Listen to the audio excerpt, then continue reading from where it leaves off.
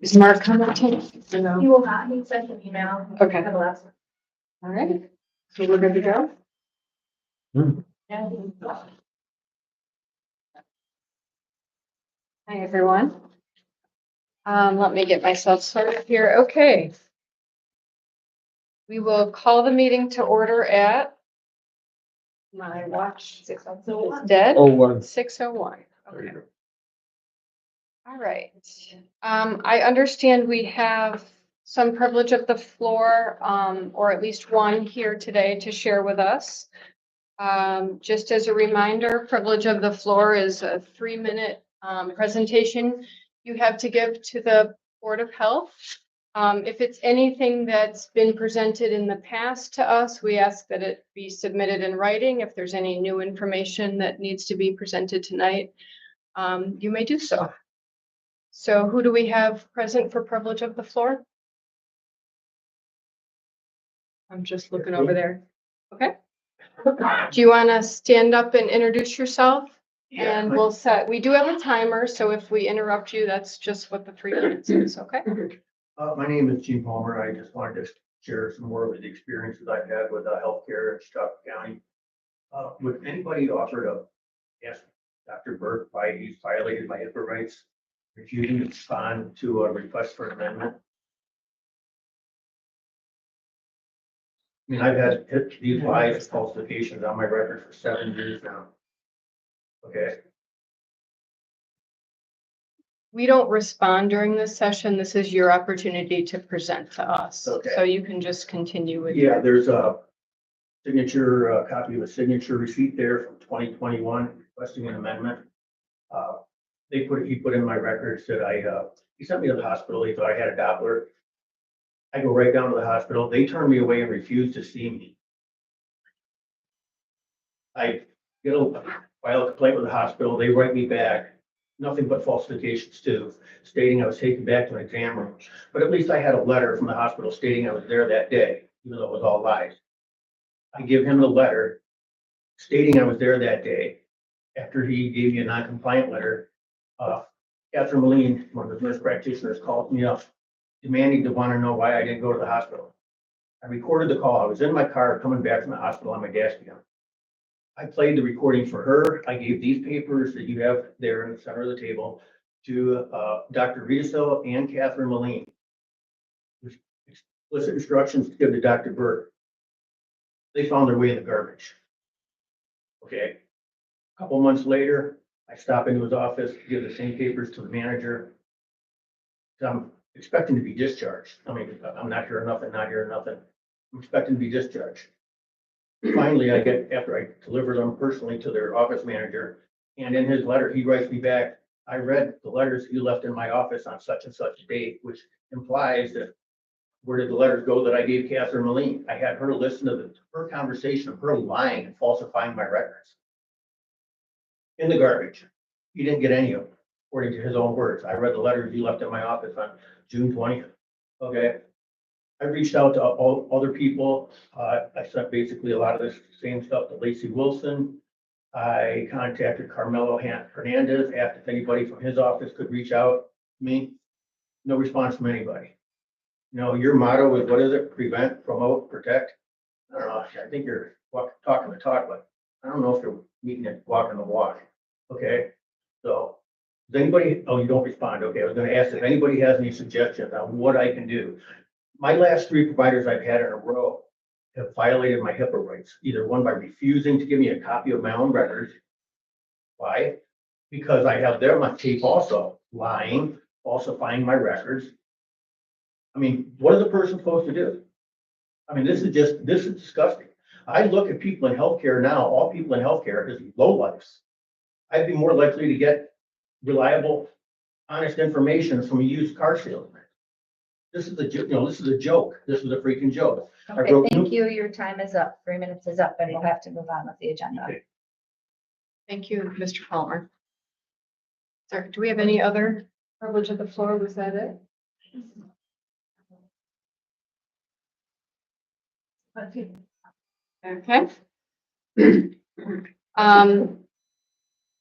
We'll just move along then. Okay, so we'll move into our approval of the minutes from May 15th. And there's also approval of the minutes from June 12th. They're both included here. I thought we approved. Yeah, we did. We May 12th one. You didn't have quorum. We didn't have. did the special Special meeting. Special Together, meeting, yeah. special meeting. Oh, yes, Approve the right. minutes. You may as well. I thought you did. We I wasn't did. here, but I thought Yeah. I- So just do the June. So we just need to approve June 12th. Okay, I think they're, well, maybe it's just. They're both. Everyone wants to take a look and. If I could get a motion, once you had a chance to take a look. It was a brief meeting. Thank you. So moved. Second. Any discussion or issues? All in favor? Aye. Any opposed? Okay. Minutes have been passed. In old business, we have lead rental registry questions listed. I just wanted to give you guys an opportunity to ask or to, if you've got rabbit holes you want to send me down before we vote on any kind of fees or anything. I still don't have the full regulations from New York State yet. They haven't been drafted and sent out yet. So I'm not really ready to finalize the numbers that we want for setting fees on those inspections. But if you guys have any questions or any follow-up that you'd like me to prepare for you to be able to answer those questions in the future, just wanted to make sure I gave everybody that opportunity since this is going to be a big ordeal program. Are there other municipalities going through this at the same time we are setting these same rates? And are you all discussing or? So in June, we actually had a meeting in April of all of the communities and counties that have these areas of concern where the lead rental registry programs are going to be implemented. We are actually the county that people are looking at for, hey, you guys sound like you've got your plan together and you're getting your ducks in a row. So our idea about setting fees for this is actually something that the other counties have embraced and have been, again, looking to us for some sort of guidance of what we're thinking. Jessica, Erie County had started some work. Are they lagging behind Chautauqua County? I know they had started some of the work for that registry a while back. Well, so they passed their own Erie County Buffalo specific Yeah. registry. Yeah, so this is the rental registry that I'm talking about is a New York State initiative. Yeah, so they were trying to get ahead of the game the same way Rochester got ahead of the game. So now this is, this is New York State telling us to get into the game. So. And it includes the specific like platform for the registry, where I'm not sure Erie County actually has a platform where property owners register I don't there. think so. I think it's just the stricter enforcement and more comprehensive codes around enforcement. You know, if they charge fees, Rochester, Buffalo, They do. is that something we can look at or? So you did a lot on Rochester. As you guys look. Well, Anna- theirs is part of, Rochester's is part of the code, so Yeah. I don't know I don't know if they charge Slice it out fees separate. exactly. Cause it's just written into the city code, the ordinance, so I guess I'm not sure. I'm not Yeah, it would positive be of more that. like enforcement fines and stuff that they would. If they. Yeah. Because we did look at that. Anna, Yeah, I mean, well, we went down, when we were looking at fees, we were simply looking at what it would cost for us, for our staff, for, for the equipment needed to do the inspections, the supplies needed. So that's what we were looking at. And we were undercutting ourselves a little bit with the fees that we proposed. But we also want to get this program off the ground. So we're trying to figure out how to, because the anticipation is that once we do an inspection, there's going to be things that need to be fixed. And that's going to be a much higher price tag than some people are expecting. As well. What's that? Are we gonna be talking fines as well? Yeah, we're still waiting on the regulations to come out from New York State, so that's what, yeah.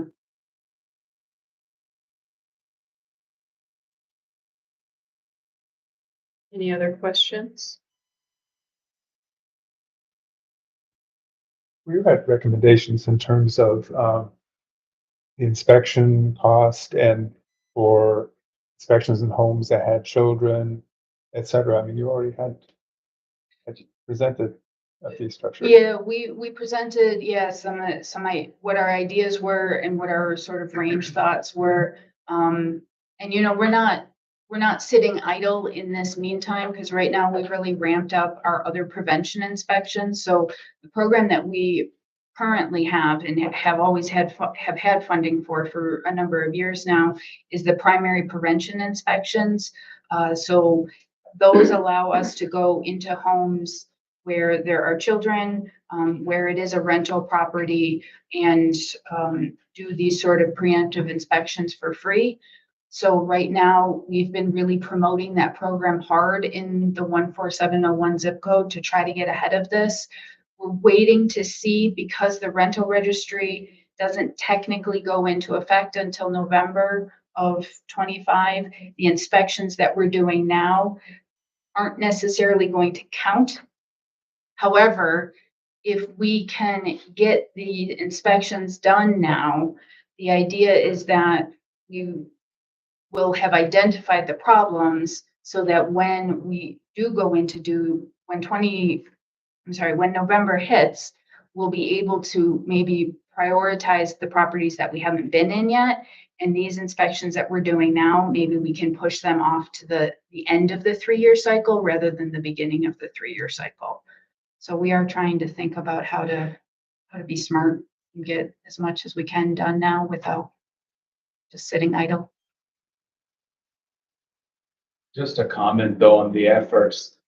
We think we are not there yet, but the efforts by you all in your departments are making a dent. I'm not seeing those 7 and 8s and 6s of the lead. So I'm just thinking about our practice, and we do a lot of leads. The numbers are inching down, even though we might see 4, 4.5. So it's making a dent. Yeah. Thank So, you. Thank you. I'm glad to hear that. Yeah, just today I overheard Jess's staff, that some of the lead team, they were talking about, like, I mean, they're even honing in on, knowing like, okay, this is a repeat address. I mean, they themselves are even knowing the homes, the people that they're working with, honing in on it. I mean, that just speaks to, they really have eyes and attention on this. So I'm glad to hear that you're seeing that on the provider side. Okay. Jessica, Congratulations. when I started here the first year, we were seeing 75s, Yeesh. 60s, 50s. I mean, we were seeing big numbers, kids going to children's for chelation, and the only people doing lead screening, WIC was the only, even, the pediatrician's offices weren't screening. No one was screening. Everybody thought there was no problem here. And then when we started to ramp up on screening, we were picking up some huge numbers. So now everybody is excited with a 6 or a 7 or an 8. We were seeing some awful numbers, which had awful outcomes. Absolutely, yeah. So, yeah, so it's a great job. We're getting there, we're getting there. Oh, yeah. Well, and it helps because we've also been able to secure some funds to actually assist people with the remediations that are Mhm. necessary. So we've got the HUD grant, and New York State released another pilot program grant to tag along with the rental registry. So it's nice that, some funds are actually available to help those who maybe can't afford it themselves. And I've talked about this multiple times too. What I've loved about the programming that they've put in place is that it improves so many other aspects of health and infrastructure in the county as well. So, I mean, these are new windows. This is infrastructure building or housing stock. And that, whether it's lead or just air quality in the home, I mean, it has so many other impacts as well. It's really great. Jessica, could I ask a question? I mean, we're looking at paint, but what about the pipes going into these houses? So in Chautauqua County, water's really not our problem. I Yeah. mean, when we do follow up on these lead cases, we look at the paint, and then we narrow down Mhm. the options, and we do lead water samples. And we're not seeing we're it. not That's seeing great. it in the pipes. great. no. Those regulations are federal regulations for the public water systems, right? With their inventories that they're having to do. Yeah, so, well, that was, state/federal, there's some overlap and room for, Confusion? yeah. Yeah. Yeah, I Um, guess I was presented by our water department that it was kind of more of a state thing, but The inventory, so Yeah. our understanding is essentially the inventory is a state ask so that the state can gather data about how much of a need there is for infrastructure money to fund any existing problems. Yeah, because I know BPU was like right on it. They got their stuff, BPU did a great job with their lead inventory for both the water system, yeah. which is great because that's primarily serving 14701 Yeah. area. So that went really nicely hand in hand.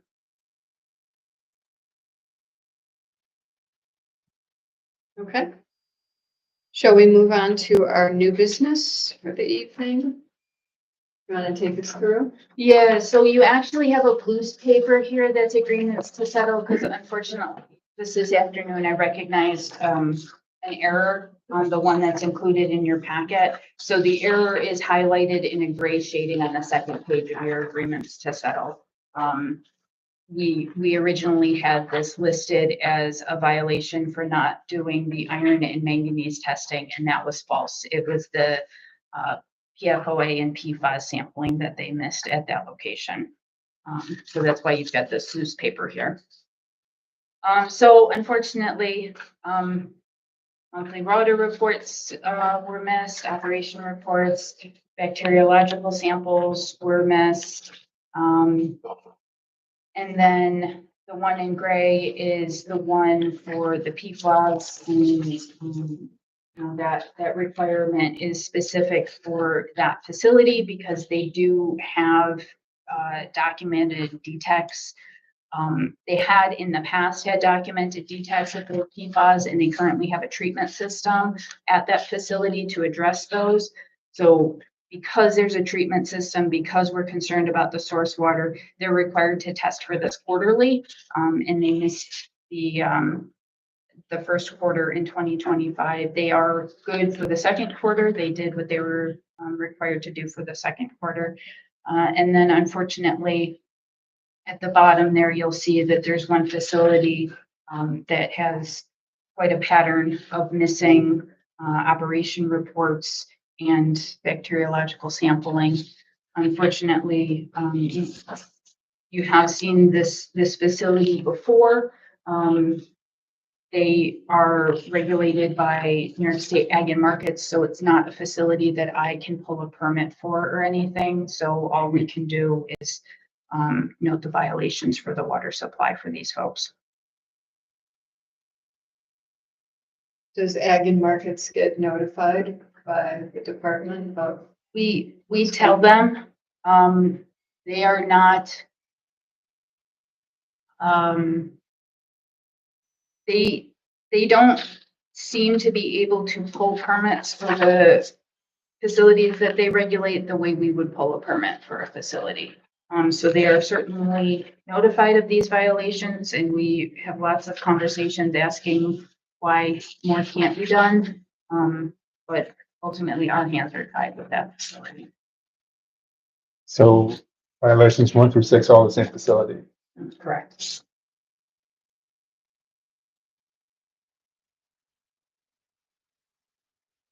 They paid the fine, $2,300. It would be easier to comply. It'd be easier to comply, it'd be easier to pay us to take samples. Yeah. Yeah. Ethics, I mean, we charge $55 to take a bacteria sample for our staff to go out, collect the sample and process the sample. So, You can't make it easier. Is it you can't get in their head, but is it what, willful? I mean, you think when you know it's $55, would you just say, fine, forget it, I'll hire you to do it? I don't really understand what the Yeah. problem is. It's certainly not a lack of communication on our end, because we've reached out and made all of these suggestions and, suggested that we provide this service, we'd be happy to help here.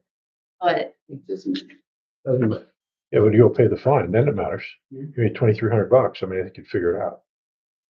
It's, Depends if that's just marginal. yeah, Woodbury Vineyard, it's not a big business. I know. But I just wondered if there was anything that was, theoretically preventing, or it was a personality clash or something, some silly. Not, you can be aware. It's not a- no, nothing that we have been made aware of. All right, very good.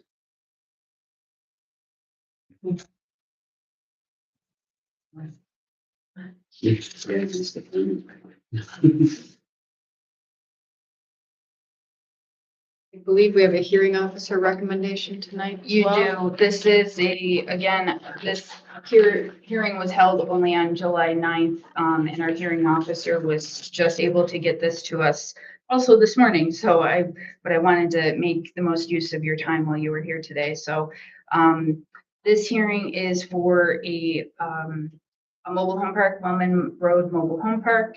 Unfortunately, they have not submitted samples at all this year yet. January, February, March, and April, you are likely to see a missing May sample next time we get together. So in consideration of the beginning of the year samples, we brought them in for a hearing. They did not appear.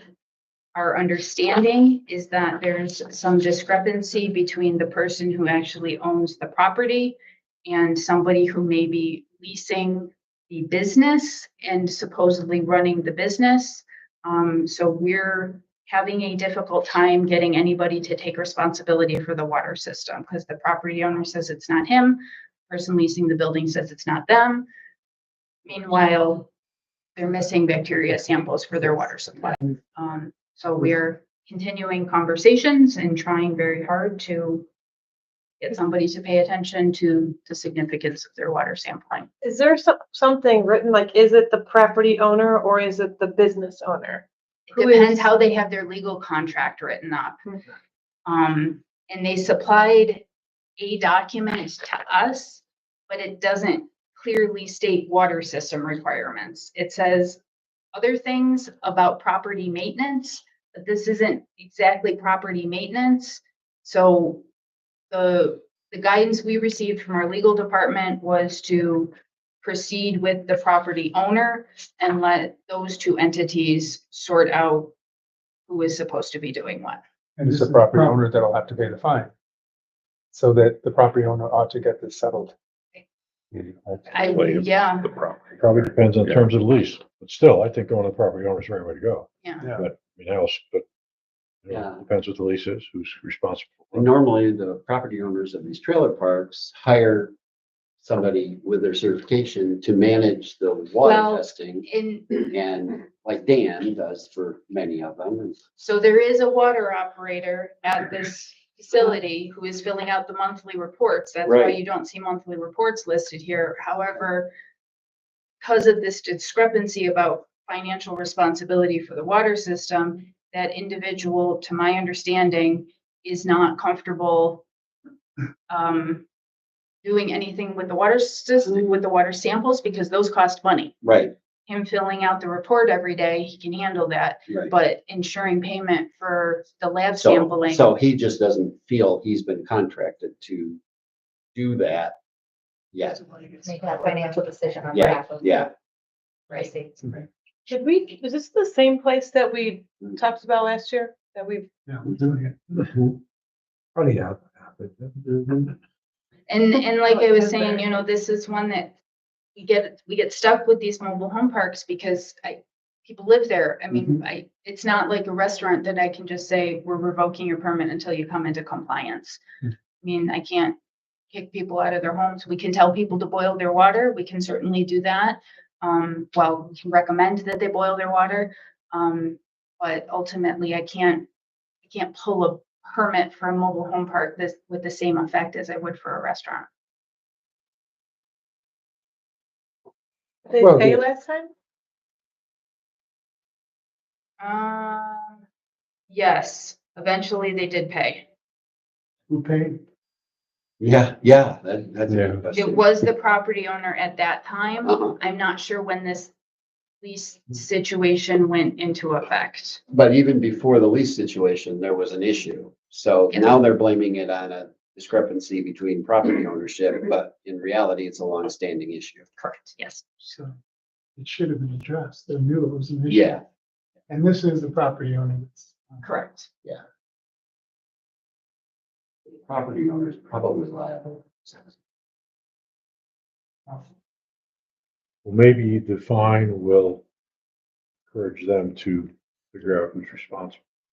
I mean, Perhaps. ultimately I guess that's what we're hoping is Yeah, that yeah. this is, you're fine, you guys need to figure this out, otherwise it's gonna continue to accrue.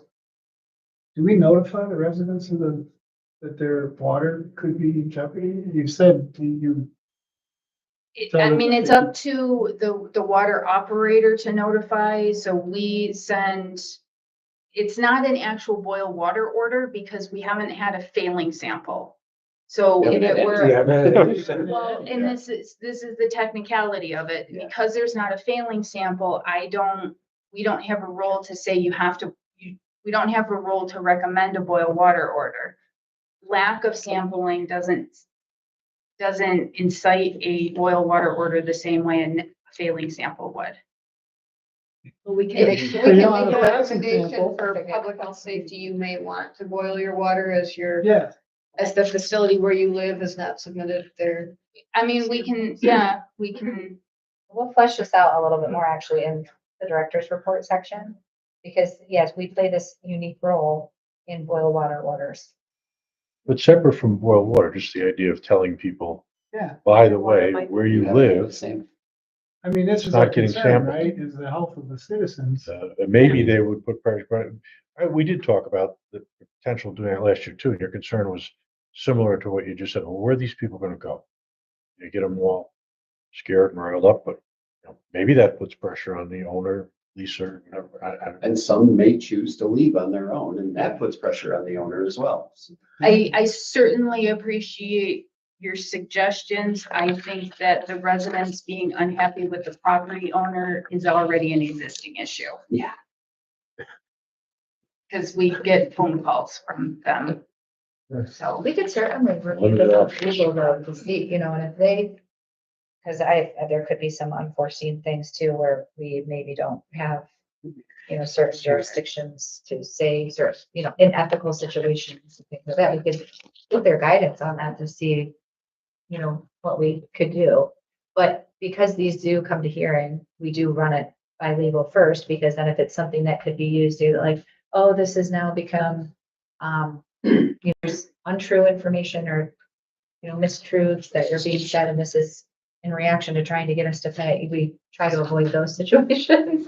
But we could certainly review it with them to see what we can do. Well, this is now public record. This is now public record, yeah. Jessica, your point about these people, it's their home and you don't want to. That is kind of not an issue. The issue is these people are not doing what they're supposed to do to protect the water supply that they're selling to these people. And we are at risk if we don't enforce that properly of it coming back if something does come up that we end up with some people who are either seriously ill or whatever else. I think, they're making money off of these people. These people are renting those spaces and paying for a service and everything else that they're not getting. And we are responsible for making sure that that service is provided safely. I think I would feel we should tell these people you're going to close the mobile home park if they don't do this, because they're putting people at risk, theoretically. That's their source of income from these people. They're collecting money every month from these people. I can guarantee you that.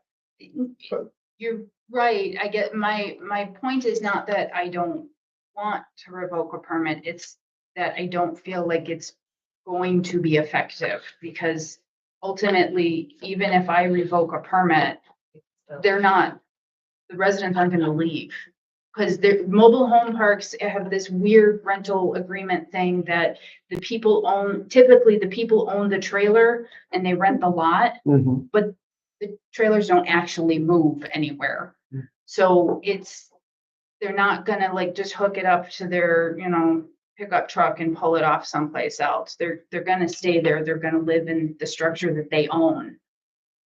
Most of these parks, they're paying a rent to own because they've repossessed the trailer 14 times and the owner's stuck with it. And so they charge the lot rent and an extra $100 to use the beat up trailer that should have been condemned in the first place.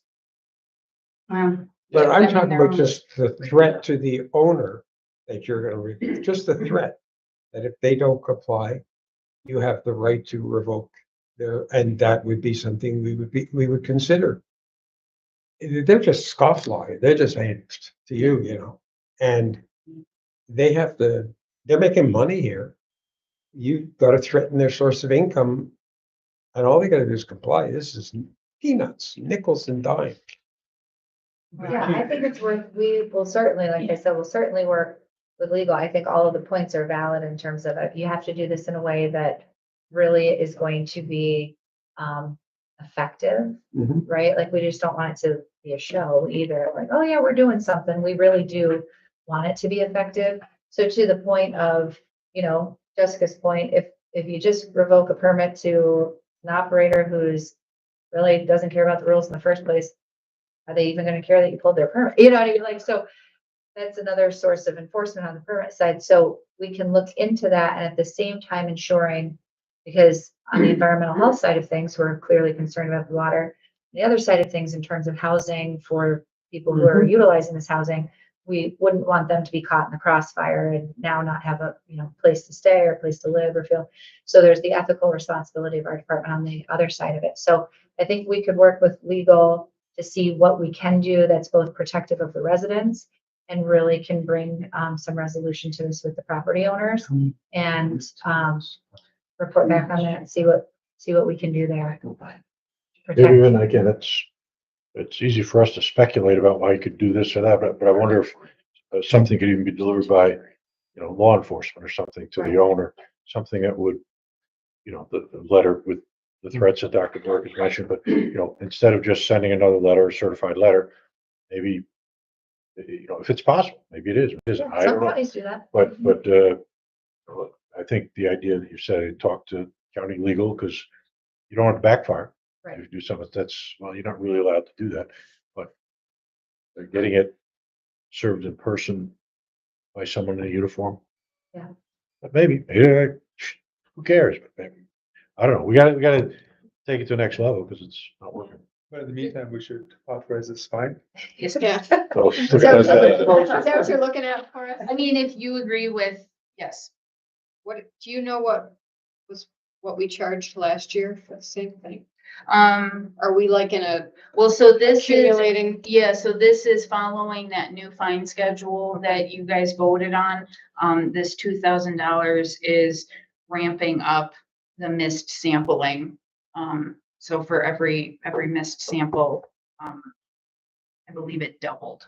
it's also going to get high because you said he's got at least another month in there now, probably more becoming that have been missed also. So we might get another one of these in the future. Has the code enforcement officer been brought in? They are certainly aware. Aware. Yeah. Did you, I made a motion. there's a motion on the table to accept.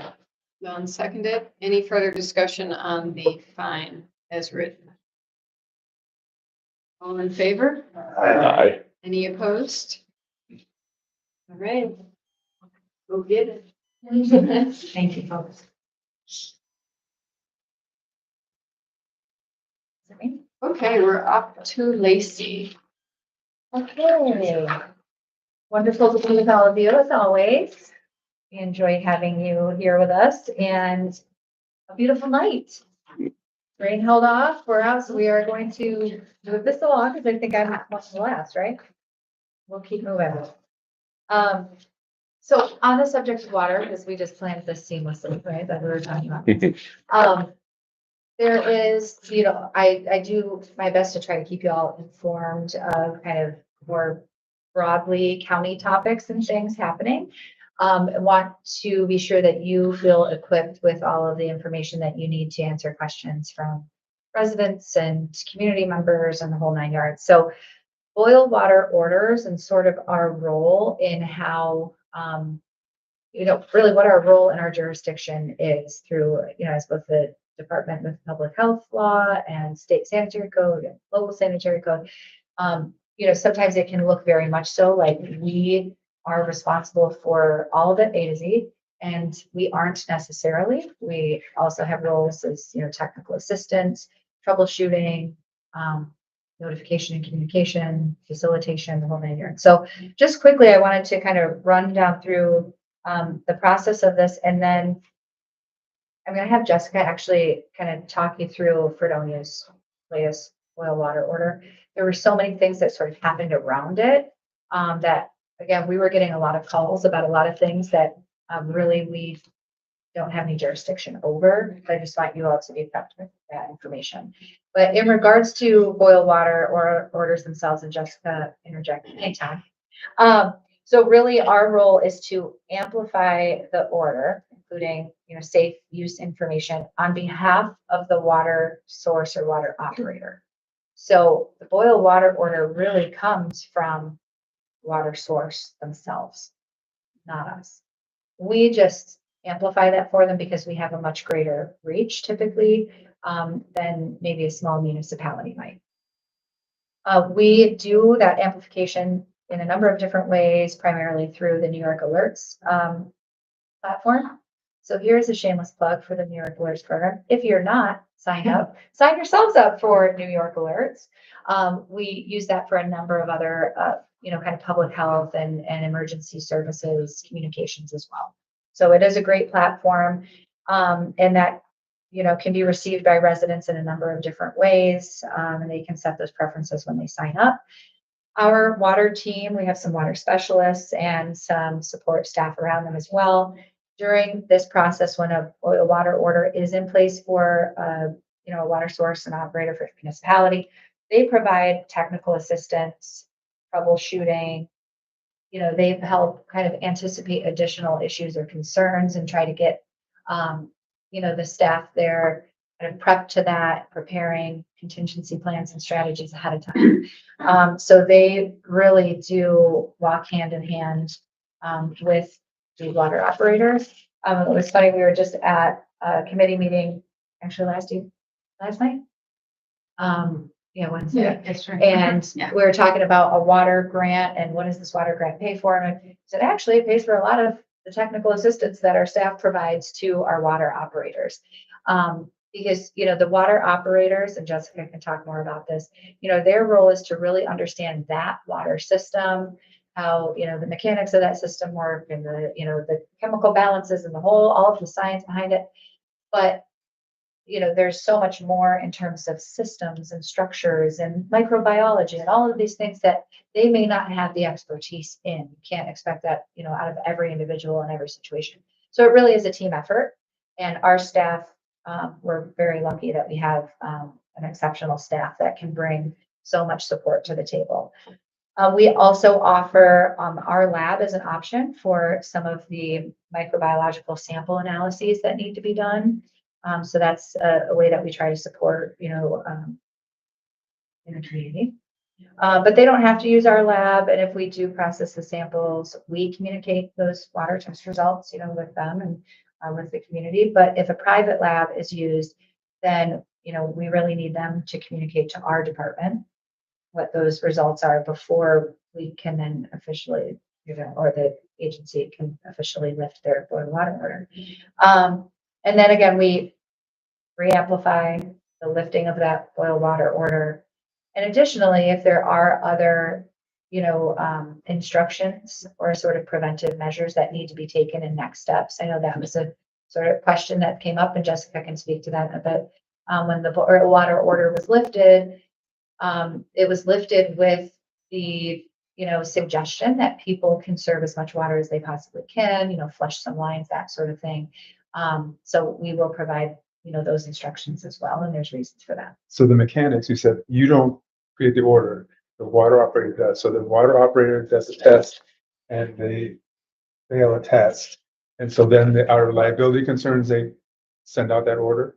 And So it's not always necessarily a test. There's a number of different reasons why a boil water order might need to be in play. But yes, the water operator is the first one to recognize something is wrong, or in normal testing, something comes up wrong. Jessica can speak. Yeah, so, it could be a failing sample, but it could also be, some sort of technical violation. So for something like a municipal system, there's a much more detailed sort of daily monitoring that happens where they're looking at turbidity levels, they're looking at chlorine residuals, they're looking at pressure within the distribution system. So there's a number of reasons that things could go on a boil water order, more than just a failing sample.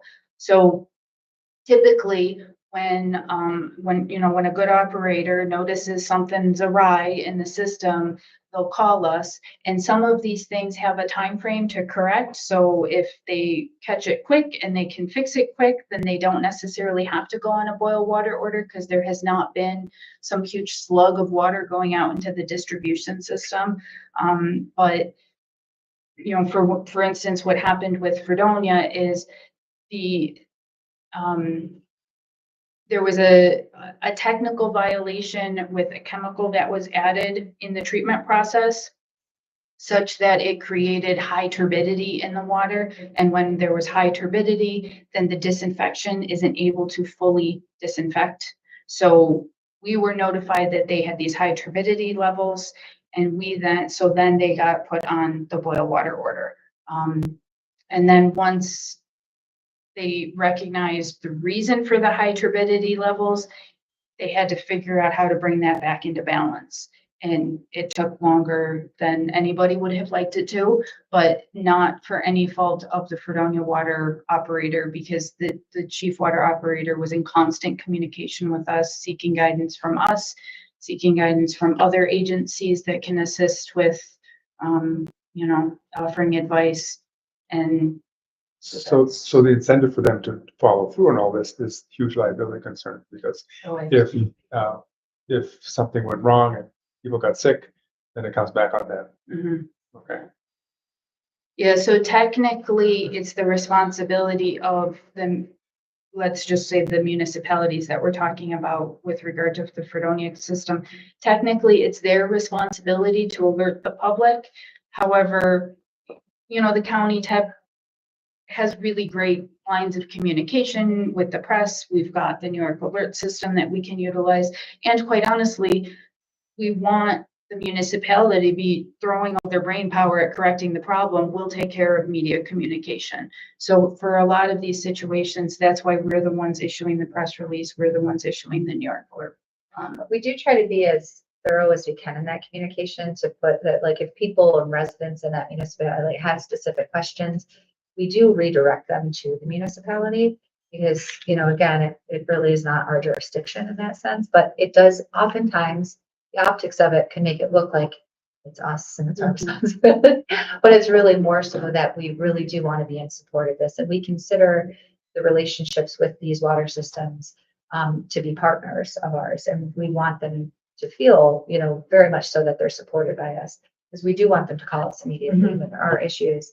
And there's, some systems in the county that it's more like, if you have ever gone in and seen these water systems, I got to go and it was fascinating. When I first came and we walked through some of them, it's like, I imagine what a pilot, is faced with as they're trying to, read all of the pressures and this and that and adjust things over here. And you have some of them that, some of the water systems that maybe some of the original planes, built. It's how they're sort of operating, where it's literally like knobs that they're cranking instead of digital monitoring. So, the their team really feels for that too and has a good sense of what type of support is needed for each of these different operators. Can you just touch on what was in the paper today? One of the trustees blamed the county for bailing out on a, I don't know, emergency connect or something. So there is an interconnection that Fredonia has with North Chautauqua County Water District. Essentially, that's what the trustee is referring to. The trustee is upset because there was a county contract in place that says North Chautauqua County Water District will supply Fredonia with water in times of emergency. There's two problems with that, with her approach to this line of thinking. One, while boil water orders are certainly a giant inconvenience for a community, it's not an emergency in the same way as the reservoir going dry is an emergency. Fredonia has water. They could still flush toilets. They could still take showers. They could still do laundry. They could still put out fires if they had to. It's not that they didn't have water. There was water in the system, which leads to the second point. Fredonia's individual distribution system has very, very high pressure. They're gravity fed coming off that hill into the village, and it has really, really high pressure, such that as long as there is water in those pipes, it can't overcome, or the pressure coming out of North Chautauqua County Water District can't force its way into the Fredonia distribution system because the Fredonia pressure is so high. And also keep in mind the Fredonia infrastructure is very Oh, yeah, and so, and there's a third item here too, is that even if Fredonia's system was dry and that water from the interconnect could flow into the Fredonia system, they're still gonna have to be on a boil water order because you've got foreign water coming back into pipes in a different direction. So you'd still have to be on a boil water order. Plus, Fredonia's water is treated for the pipes that it's going into, which are, they have a fair amount of lead pipes. It doesn't result in lead poisoning because the Fredonia water is treated to prevent the lead from leaching out of those pipes before it gets into people's homes. North Chautauqua County Water District coming from Dunkirk doesn't have that same treatment. It doesn't have all those same softeners and additives to prevent that same kind of leaching. So in addition to North Chautauqua County Water District water still having to be on a boil water order, you'd also have to worry about things like lead leaching and other sort of chemical contaminants if you just started using water from another supply. and stripping some of what has collected around Yeah, the pipes biofilms. Yeah. naturally and stuff. And Jessica, is there one more thing too that, because the valves are non-existent or not operable? So You might wanna talk I about would that say in the water it's treatment. not that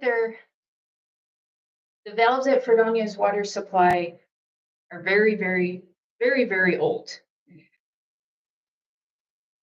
It causes us concern to start talking about turning valves that are very, very, very, very old on and off willy-nilly.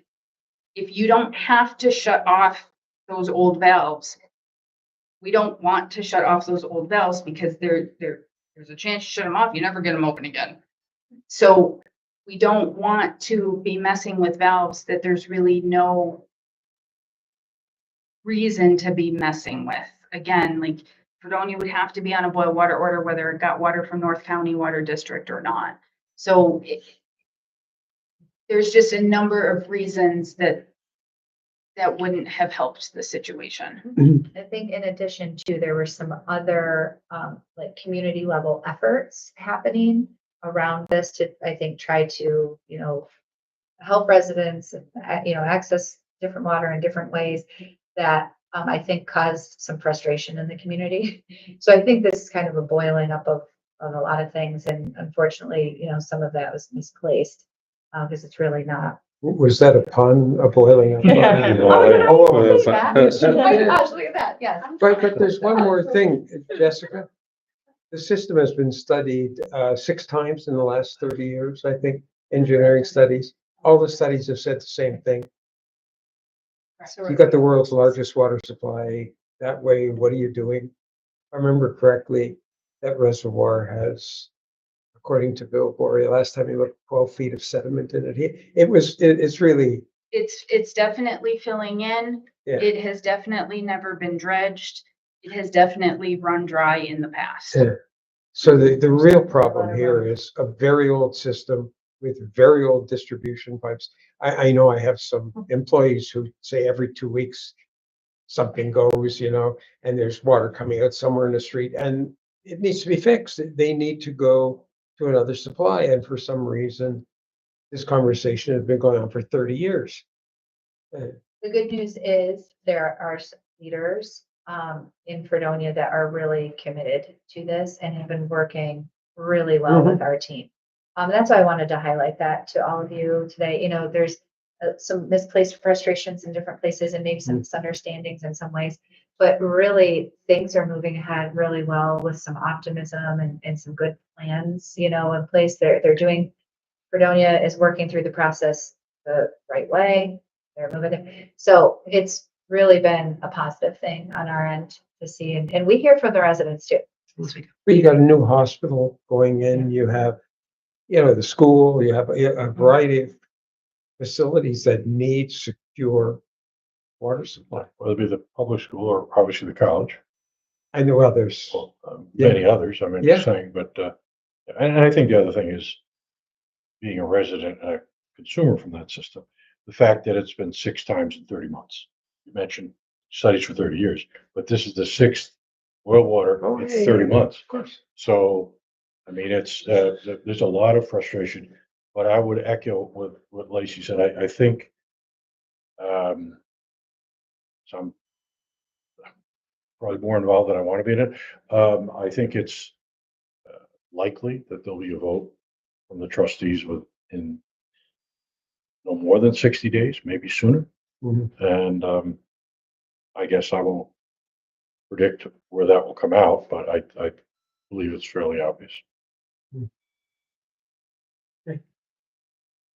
Good water is the basis of public health, so we are always a proponent of that. Any other questions or thoughts, concerns that we can answer for you? Let's say I had a piece of really good news today. The town of Carroll water system has been losing 150,000 gallons a day for the last 2 years. And we've been tracing and tracking. It was discovered and fixed yesterday. And we're using half the water we were using for the last 2 years. And that is a major, major deal because it's created no sorts of problems. So, Wonderful news. so there's good water news. One major leak in one location. One leak in our town park near the creek. So it was leaking into my the creek. goodness. Nobody was discovering it. And it was the last section of the town to be studied. And it exploded yesterday so that it was visible. Well, So, that helped. Wow, not bad enough it could be found. and the hole was only that big in a pipe, on the bottom of a pipe, sitting on a rock in clay, set 8 feet down. And that's what it's been doing for 2 years, 150,000 gallons a day. Oh, good. Wonder why I had no water pressure. Well, they were pumping the pumps, all the wells, 18 to 20 hours a day. Now they're back down to 10. And no one ever thought of looking. Well, they've been looking everywhere. And this was just, Not this spot. but not this spot. Unfortunately, even sometimes we're happy. Yeah. But yeah, with these leaks, like sometimes where the lines are, I mean, there's been multiple times over the years where it's taken a surprising amount of time to identify a leak and they find out, oh, it's going through, Joe's cornfield. But Nobody knew the line went through Joe's cornfield. I mean, they've been out there we bought extra equipment and sensors and had people come in for 2 years because we knew we had a major issue. For a celebration. Congratulations. And I found that out by accident because I walked over to his office this morning at 8 o'clock and he's like, guess what? Yeah, you have like a water balloon fight or I something. know. Something water themed too. No, conserve the water. Don't, Conserve the water. don't waste it in water. Oh, and so, sorry, consider the water. So that's Oh, where yeah. Fredonia's follow-up with, so when we lifted the Fredonia, when the village in association with us lifted the boil water order, that's one of the reasons that we asked people to conserve water, because the balance had been restored to that treatment process. But we were worried that if for some reason there was a spike in the demand, then it would disrupt that balance that had recently been restored. So that's why we were encouraging people, Ease don't back don't into it. fill up any pools yet. Let's continue to keep this a nice even pace here. Okay, so we are kind of prepping and preparing for the 2026 budget, so that all of you are aware. It is not new, and Jessica can confirm for all of you, we're really preparing for the next years and really 3 and 5 years out all year long. But this is obviously the yearly process that we go through just to keep you all informed of that. So a primary focus of our kind of 3-year strategic plan for the department is efficiency and really improving efficiencies. So that doesn't necessarily mean like, cutting whole staffs and divisions, but it is, better succession planning, changing titles and not refilling in certain ways if we don't need to, but changing to bring in the best people, the right people for the right work. And the team here, the division leads have just done an excellent job in that, and having vision as to, where our community needs us to be and how we can do that well. It's been really a joy to see. It's been working very nicely with everybody. So, despite federal funding concerns, in the public health arena, it's looking like we're going to be very nicely prepared for 2026. There shouldn't be major shifts or swings or anything in the budget for us. So we're excited to report that it should all go quite well. And at the same time, we really are committed at the basis of everything to ensure that we're providing the best services and programs to the community. So if it did mean us, asking for more FTEs 1 year or whatever, because that's what was needed for the community, we would certainly do that. But, we really can do things efficiently. Technology helps in a lot of ways with that too. But, any questions there before? The New York State prevention agenda was just released today. I've been waiting for it for months. It is really, for those of you who will remember from last month, I reported out on our community health assessment and our improvement plan that the state requires. It's a mandated assessment and plan that we have to do. They've been changing the timeline of that. They've been trying to, kind of streamline it with our hospital systems, because they are also required to do do health assessments. They have additional requirements through, the IRS because of their filing status and that sort of thing. So DOH has tried to kind of align timelines and priorities with that so that we can really all be working seamlessly hand in hand in the direction of the same priorities and goals. So we'll of course take a really deep dive into the prevention agenda, but chronic disease has really been at the top of the agendas and improvement plans for years. There's a number of reasons for that don't change overnight and they don't swing. So really that's still the heart and meat of most of what the prevention agenda is around. The state DOH is really asking us to kind of step into roles more outside of the, education around chronic disease and things like that, and focusing more so on the social determinants, specifically like around transportation and the access to care, sort of food systems and things like that. And they found that because, other agencies can step in to those roles of, kind of more traditional roles in care. But there really are no community-wide, regional-wide, statewide entities dedicated to like these other social determinant supportive aspects of health. So that's really sort of where they're moving, health departments, and kind of our role in communities is to say, okay, what does this infrastructure look like? What does the built environment look like? What resources do we have? How can we connect them? So over the next, 5 years, and because we're really already in the first year, it's a 6-year process. You'll be hearing more from us on that and how we'll be working. Serious. Then just some updates for you. We're ending here. Some federal funding updates. So last time I was here, I was not at the last meeting, but prior to that in May, I had reported out that we had received word that our part of grant that we received from the states have passed through to us from the CDC. It had been cut at the CDC, that grant area. And so the state had said, oh, that's where your funding for your fellows comes from. So the fellows are done as of May 30th. I think it was like May 28th.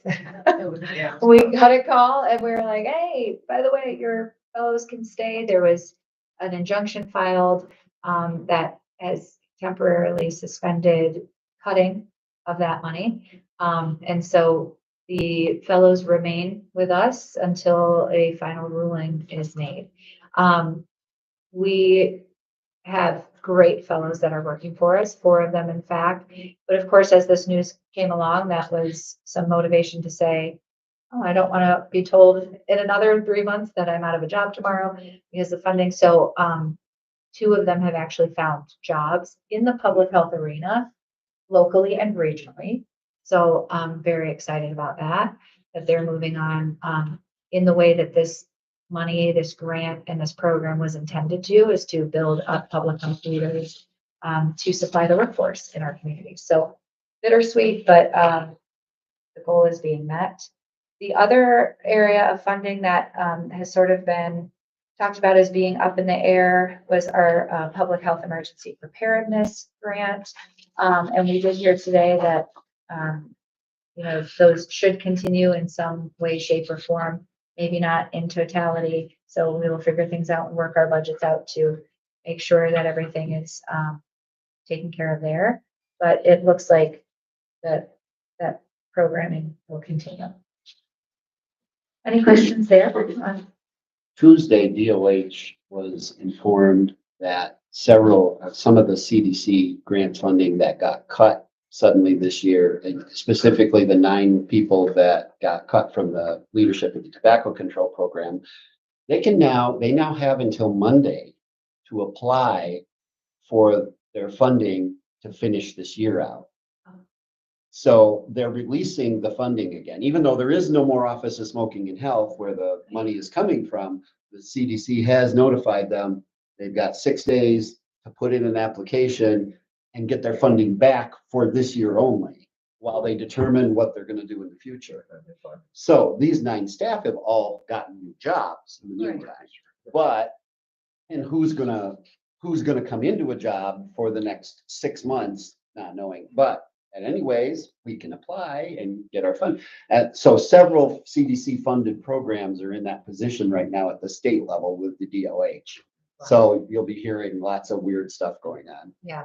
And that's what we've been reporting out to in a report for the legislature, actually, sort of where our federal funding is. And that was really what our kind of highlight agenda item was, is just that, most of what we're seeing is really cutting at the state level and in the State Department. So while we don't necessarily feel that directly in our budget, it is the supportive staff and programming that we rely on, that their staff is being cut. Just in resources in terms of reporting, data, metrics that the state really handles, and we may have difficulty accessing that. That's sort of a prime example of how. Yeah, I mean, there were 14 staff in leadership for the whole tobacco control program, and 9 of them were funded through HRI or through health research with CDC funding. Yes. And the rest of us are all funded with state funding. So you have 51 contracts, and the leadership pared from 14 down to 5, But hey, it's working, actually, I think. Okay, good news, more good news. Any other questions there? Pediatric dental update, of course, we are in the formative and, planning, infrastructure, building sort of stages, so, there's not tons of details to provide you in terms of like, yeah, this is the project that was funded and it's gonna be great. You will hear long before something like that happens, but, the Western New York Public Health Alliance, which is really a formation of, a number of the Western New York counties, really all of the county health directors have representation on the board. UB, the AHEC, what does that stand for? The educational, like the Rural Educational Health Educational Center. A number of different partners and stakeholders at the table there. So we had proposed, this issue and sort of some of our ideas to them, and the group really felt like this was something that they all wanted to take on collectively and regionally because it is something that's going to affect a number of counties. There are some interns from UB and Jane, which I should have introduced much earlier, I'm realizing. So Jane, do you just actually want to introduce yourself? Because you're at St. Bonaventure, is that right? Yes. Okay. So, hi, my name is Jane. I'm going to be a junior at St. Bonaventure. I'm studying public health and communications, and I'm also a captain of the cross country and track teams there. I'm really happy to be here with the summer, and I feel like I've been exposed to a bunch of different opportunities throughout the community. So I've had a really good time here with the health department. So as you can see, Jane is wonderful, and I just totally put her on the spot for that because I did not prepare her at all. So she is another one of the interns that's really going to be kind of pouring into some of the strategic planning around getting a white paper developed and some plans in place. It's going to flood through a number of different agencies and partners regionally to kind of decide on, are there a couple different contingency plans that we could put out there and see what we can get in terms of funding and how we're going to head on this. Everything from dental clinics in schools to mobile dental clinics and working with TCC at whole 9 yards. So since January 1st, there's been a hiatus in the dental care for the children. So they committed to finishing out the school year. School year, okay. So it will just be now come September. So they typically had been for the last number of years flanking their work in the communities during the non-winter months. So they would have done a month or two at the beginning of the school year, not through the winter, and then picked up really basically April, May, June. So we will not see them starting in September. Okay. So keep an eye out for information about that. We will send it your way as we receive more. So just today, I received a really nicely comprehensive review and plan that I've started editing, and all of the partner organizations will edit as well, and we'll take it to the next stage from there. Of course, I'd love for it to happen tomorrow, but it's going to be quite a while. Otherwise, just on our continued kind of strategic planning effort, I thought you all might like to see the trend there. Maybe after a year, we can get a little graph for you printed out too. But we've really, like I said, worked on, efficiencies in the department, but we're really big on the culture of the health department. If we are not a happy and healthy group here, then we really can't inspire that in our communities very well. So it's a testament to the work that the division leads are doing in their areas. Just making this a really wonderful place to work. Our retention is through the roof. Our turnover is almost nil at this point. And we are down from 17 vacancies in January to 3. And those are being interviewed for really every day. I'm very proud of that. I can't take credit for it. I wish I could in a lot of ways. But it really is our staff and all of our support staff too. We had somebody new, I think, she was hired maybe May 8th, she started with us. She was just bubbling over last night as we were leaving. She's like, this is my favorite place I've ever worked, and you're stuck with me. She, had just heard about like her civil service appointment and things like that. She was very excited. So, you all hear literally complaints That's your role on this board, is to hear that. So I always appreciate getting to bring the good news to you all, and that there are good things happening in our community and in our department. So we always appreciate your support. You all take some of the heat off of us. You're the heavy hitters, really, in a lot of ways. So we appreciate that. It allows us to do more good. That's all for me. That's wonderful. I think after COVID, we were so concerned that the public health workforce was really gonna dwindle. And when the next big thing came, we were gonna be in an even weaker position than we were, but Doing good. you're turning the ship. Well, I'm not, I told you, I wish I could, Good. but it's Wonderful. wonderful. You're doing a good job. All right, we have other on the agenda, alternate energy, some public health concerns that were kind of brought up from the, I believe, wind discussions we had in 2019. Was there, remind me what? There's a letter on the back of the packet. Yeah.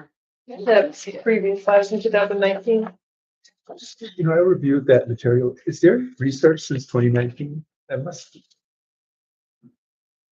We can, I mean, I can look into things related to water. well, no, the wind turbines.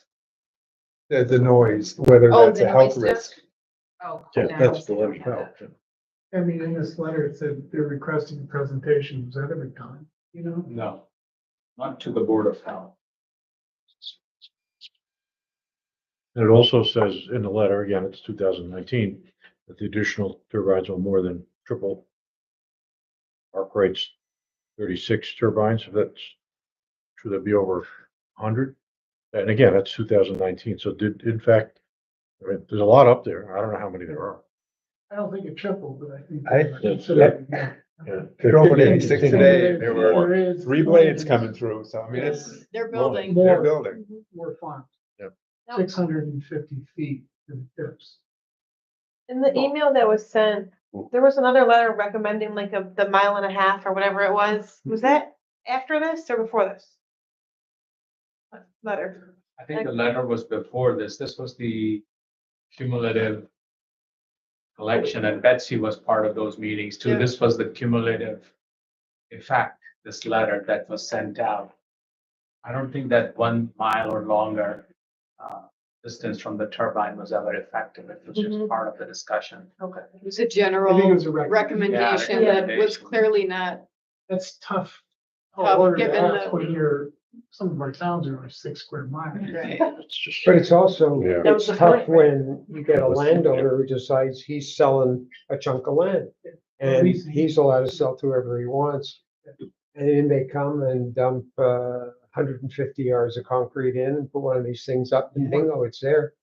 The question I would suggest is that maybe for the next meeting, we get some updated science on this.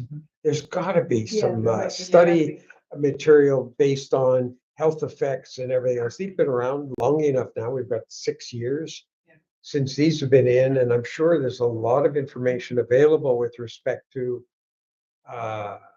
vibration and noise and whatever else. Yeah, in 2019, we were hearing a lot of anecdotal Yeah, exactly. stuff. There was a few research studies that were brought to the table, but Right. there was no meta-analysis or anything kind of newer that we had to look at. And Europe must have done some studies on Oh, this of too. course, I'm sure. Jessica, Australians have done some studies, because I kind of looked at it because I was part of the initial. And then, believe it or not, Israel, because they have villages all and they can't get lines, so they have done some studies. Sackler, I think is Sackler. He's the author. So they have done some work, but cumulatively, it's country to country. The data is out there, but there's no uniformity of baseline. So it's all up in the air, but there's a lot of stuff in the last few years.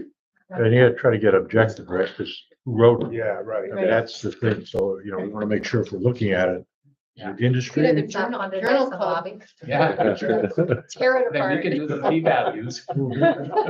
Sorry, Gretchen. We're getting geeky. I know, yeah, totally up my alley. I love that. We could also cross-reference it too, because there are some things, I want to say, in the federal bill that sort of rolls back maybe some of the alternative energy rebates and things like that. So Mhm. there may not even be incentives for this sort of energy source much longer. So you may see some of it even go by the wayside in that way. So we'll sort of cross-reference it with some current events in terms of, federal policy and things too, to try to get you. I good heard information. nuclear in county Yes. somewhere in the news. Mhm. I did too. Very much so. Oh, I should say too, all the way back to boil water order, the county executive is or did already put out a formal statement, in regards to that as well. I haven't. In the Observer today, probably the Jamestown Post Journal too, Okay, he was quoted extensively. yes, okay, Yeah, as part of the same yes. thing. And I thought, presented well, what he explained. Got it. So yes, with that, the county executive with, some of the economic development team and, there is some interest in this too at the state level and some state representation around alternative power sources that we don't currently have here in the county. So yeah, that would, of course, environmental impact studies and whole 9 yards will be required all along the way, should anything move. And that there's quite a robust system on all of that. But yeah, we could certainly look into this and get you more information for next time. Are there concerns in particular that you are hearing in the community? Has this come back up recently or questions? I am, Okay. Constituents like in your area? mostly a few, and it's anecdotal. Well, you see the lawn signs, No. no wind energy, kills birds, it's, I haven't heard anything in the medical Come to let us about know. complaints. no. You don't get it. No. But yeah, I hear it. And then the concern is there's three sites going proposed around the county. One on Westfield, Sherman, Ripley, and I think the other one's in. Girl Stockton or I can't remember. Huge solar, we're looking Well, at solar is huge everywhere. solar, but you're looking at But some there, I'm talking proposed. wind, and these are 650. Oh, yeah, we know, With, I think, more than 150 yards of concrete. oh, yeah. And that's the big push now on the concerns. So Okay. I know one of them's Sherman, Ripley, Westfield area, and then the other two can't be. Yeah, the other one, maybe we'll just try to get a couple things together too, because they're okay. All right. Finding out some of the sites and we can, put it within the context of the county. We tap into our college years and go down research rabbit holes. You've got some fellows you can. That's right. Yeah. Yeah, does this sound of interest to you? Yeah. Okay. Any other business before we adjourn? I'm sorry, I did go back. We did not vote on the May minutes. That was the March minutes from the thing. The May minutes hadn't even been drafted at that time. So if we could just get a vote on those. Meeting in May, though. What's that? You didn't have a meeting in May? We didn't have a quorum in May. We did technically have a, Also, 3. yeah. Okay, so let's backtrack to approval of the minutes from May 15th, 2025. Make a motion to approve now because I was at it. Second from Dr. Khan. Any discussion? All in favor? Aye. Any opposed? Okay, may I ask for a motion to adjourn? So moved. All right, we are done. Nice to see Thank you, everybody. everybody. I need to put my email address on. I want to see that PDF. Yeah. Let's email.